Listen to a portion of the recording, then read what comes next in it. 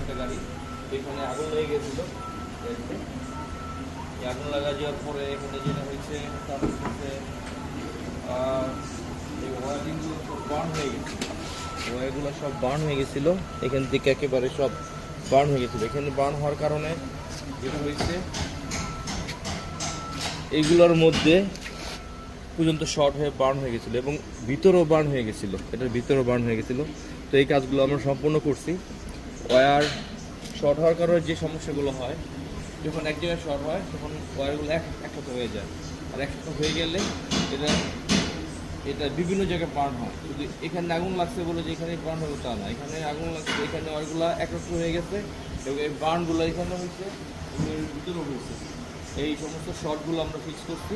তো ইলেকট্রিক যদি কখনো গাড়িতে কোনো শর্ট হয় বা ওয়াটার ফল হয় অথবা যদি গাড়িতে আগুন লাগে, এই শর্ট কাজগুলো করে থাকি। আলহামদুলিল্লাহ এরকম যদি আমরা করতে পারবো। Thank you.